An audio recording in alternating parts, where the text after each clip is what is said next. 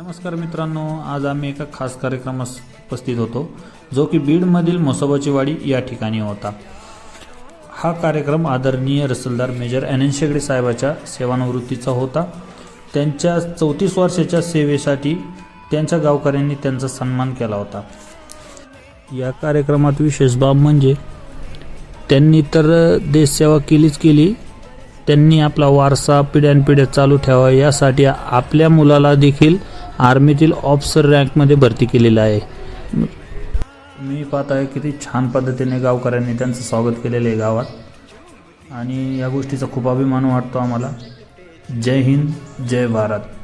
चहकते फूलों में चटकती कलियों में और पूछा है गाँव की गलियों ने कि घर कब आ